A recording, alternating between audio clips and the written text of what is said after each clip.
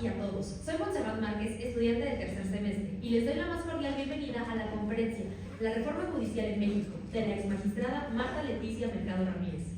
Con esta presentación, clausuramos las actividades de la cátedra de la Escuela de la Judicatura en la septiembre. Agradecemos a quienes nos siguen en la transmisión por Facebook Live. Recibimos con gusto a Marta Leticia Mercado Ramírez.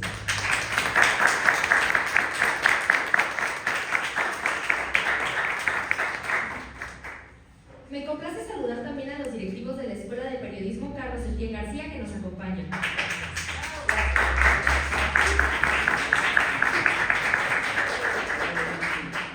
Ahora les presentaré una breve semblanza de la exmagistrada Marta Leticia Mercado Ramírez, licenciada en Derecho por la Universidad Nacional Autónoma de México, con el grado de especialidad en Derecho Electoral por la misma Casa de Estudios. Se desempeñó como secretaria de estudio y cuenta en la Sala Regional Especializada y coordinadora de ponencia de la Sala Regional Ciudad de México. Fungió como asesora en el Centro de Capacitación Electoral de la Sala Superior del Tribunal Electoral del Poder Judicial de la Federación y fue directora del Instituto de Información y Capacitación del Tribunal Electoral de la Ciudad de México. Fue magistrada del Tribunal Electoral de la Ciudad de México.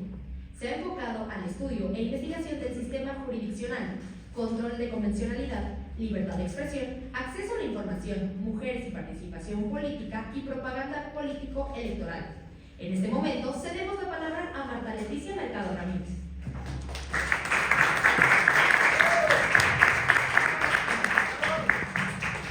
Muchas gracias. A ver, no traje porra. Esto lo hacen ustedes. Muchas gracias. Todavía no les platico nada. A ver si me va igual al final.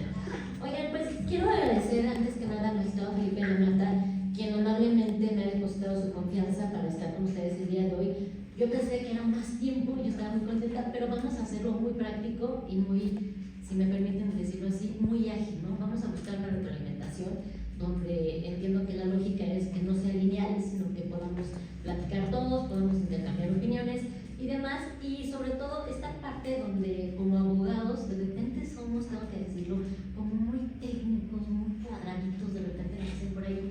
Y yo creo que tenemos que someter la crítica, si es el caso, y verlo como una área de oportunidad. Quiero platicarles que el día de hoy estoy contenta porque ustedes son un público especial, un público específico. Nosotros de repente hacemos trabajos para el tema del voto de la juventud y nos damos cuenta si participan o no participan, pero creo que más que nada viene en razón de si encuentran el sistema, si encuentran una oportunidad para participar o se sienten identificados. Y aparte, lo estoy poniendo difícil para mí, no para ustedes, son jóvenes y aparte son periodistas.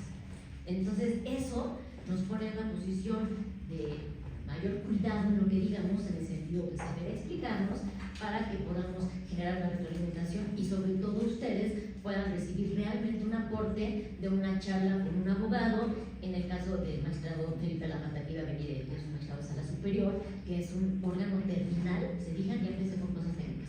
Es la última instancia, el último juzgado, la última persona, el último órgano que va a emitir una sentencia en materia político-electoral. Entonces, miren, les voy a proponer lo siguiente. Traigo una presentación y la idea es trabajar con base en la presentación. Si de repente vemos que estamos como, no le entendí muy bien eso, pues pónganme como carita, porque la verdad es que cuando uno está de este lado, no me dejan mentir sus profesores, luego te das cuenta cuando no entendieron nada o cuando están entendiendo. ¿Sale? Y de todas maneras entiendo que bajo la lógica y la logística que me van a platicar, pues habrá un momento de intercambio de pregunta-respuesta y ahí podemos expandir mucho más, ¿no?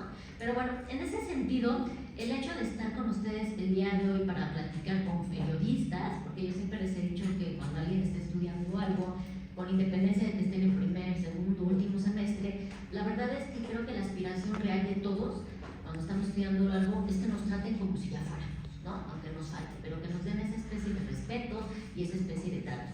Entonces, yo voy a partir, con independencia del semestre en el que estén, que ya todos son periodistas, ¿sale? Entonces, y aparte, ya les dije, son jóvenes. Entonces, vamos a tratar de hacerlo como muy sensible y sobre todo, les diré que me parece que lo más importante es que en el inter de la charla, porque sí, definitivamente es una charla de una abogada, de eso que no creo que vaya a quedar alguna duda, pero que en este inter de la charla, aunque ustedes al final no coincidan con un concepto que les dé o con una idea o incluso les platique un criterio de la sala superior, sí tengan la capacidad de conocimientos en este momento de poder generar una opinión diferente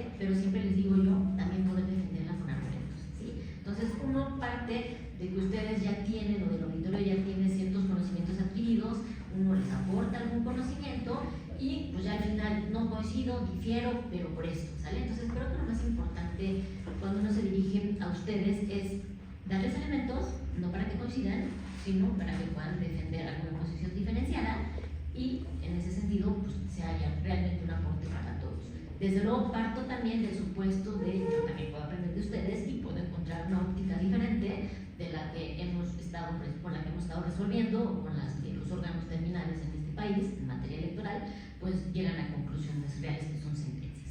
Y entonces me pareció prudente hablar un poco sobre el periodismo político y las elecciones, sobre todo tomando en cuenta que el año pasado hubo un proceso electoral y este año también hubo un proceso electoral, le llamamos por ahí extraordinario porque no estaba como muy calculado, muy planeado, pero finalmente fueron dos procesos electorales, ¿sale? Entonces, la plática se denomina más o menos qué sí importa jurídicamente. Y la idea es explicarles un poquito cómo vamos viendo nosotros estos temas de periodismo, la cobertura de periodismo, porque es importante. Si ustedes como periodistas son garantes de algún bien jurídico, le llamamos por ahí, pero más bien es de proteger algún derecho humano, o tienen una libertad absoluta, o tienen alguna restricción. Entonces vamos a tratar de platicar un poquito sobre esto y pues generemos este espacio de manera respetuosa, pero sobre todo de manera consciente, porque eso sí hay que decirle, creo yo, mucho a la juventud. Ustedes pueden hacer lo que gusten y tomar las decisiones que gusten, pero el tema particular es que si suben algo a redes, una manera de eliminarlo, de rehacer la situación. Y todavía, si quieren, por ahí al final platicamos un poquito del derecho al olvido, que resulta interesante, sobre todo para efectos de las famosas redes, ¿no? Entonces, aguas como juventud, suben temas a redes, suben memes, suben opiniones, etcétera, y después ya no van a poder bajarlas, ¿no? Entonces, seamos responsables de lo que vayamos usando. Pero bueno, en esta parte voy a ir pasando la presentación. Miren, hasta no sé cómo tratar, les traté como de hacerlo más dinámico. Vamos a hablar respecto del derecho electoral, que entiendo bajo el supuesto de las charlas que han tenido, yo creo que ustedes ya podrían, con los elementos que se les han dado, insisto, tener un concepto propio de derecho electoral, de, a ver, ¿qué es derecho? Y luego aparte lo complica porque es derecho electoral, pero yo insisto, creo que ustedes ya podrían tener un concepto propio de qué es el derecho electoral. ¿Y por qué la importancia, me parece, de su institución, de esta gran institución, una institución de muchos años, que son parteaguas, tienen que decirlo también ustedes, donde se paren, decirlo orgullosamente, soy de la escuela que no se tiene? ¿Por qué del derecho electoral? Pues evidentemente porque ustedes podrán elegir seguramente la cobertura que darán, ¿no? El tipo de temas que conocerán, pero creo yo que el derecho electoral actualmente no solo es un tema de especialización para quienes nos dedicamos a esto, sino es un tema también de cultura general. Y es importante, una, que sepan que existe, dos, que tengan más o menos claro, si fuera el caso que no les interesa tanto para dedicarse a estar cubriendo notas del ámbito electoral, pero sí que sepan y tengan claro qué tipo de autoridades hay, a qué se dedican y demás. Entonces, en un primer momento, yo les diría, sabemos o tenemos elementos para definir o explicar brevemente qué es el derecho electoral. Quiero pensarlo, ¿sí? Si es el caso que no, pues lo retomamos, ¿no? Y en un segundo momento, yo les diría, desde luego, que conocen lo que es la política en este país. Basta meterse a redes, bueno, entiendo que bajo los algoritmos en muchas ocasiones también saben si te parecen temas muy relacionados, ¿no? Pero si por ahí leen una noticia de política, pues desde luego que conforme ese algoritmo, pues les van a ir pasando pues, más temas que tengan que ver con esta situación.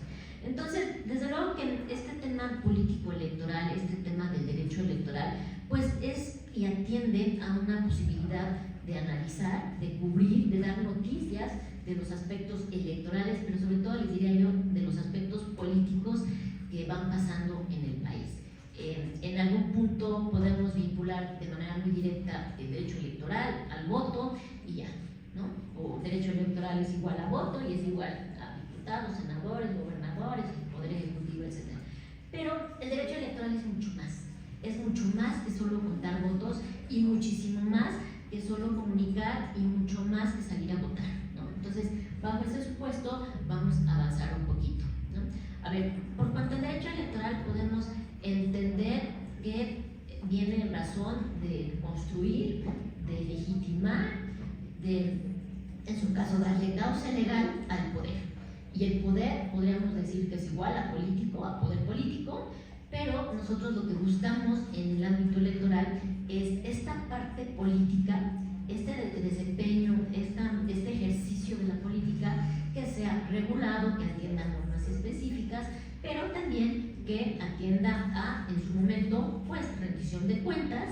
En algún momento en este país tuvimos reelección, luego la quitaron, etc. Ahorita no tenemos como tal la reelección, pero lo que sí buscamos es entonces que el derecho electoral se entienda tal vez como una regulación del poder político, pero con todas las características que corresponden a que sea legal, que sea legítimo y que ocupe de manera muy particular un espacio en la sociedad y en la comunidad para que la gente esté informada y tome decisiones informadas. Yo les pregunto, por ejemplo, en este momento en la Ciudad de México, con independencia de cualquier otro problema o circunstancia que ustedes consideren, tenemos un problema de baches.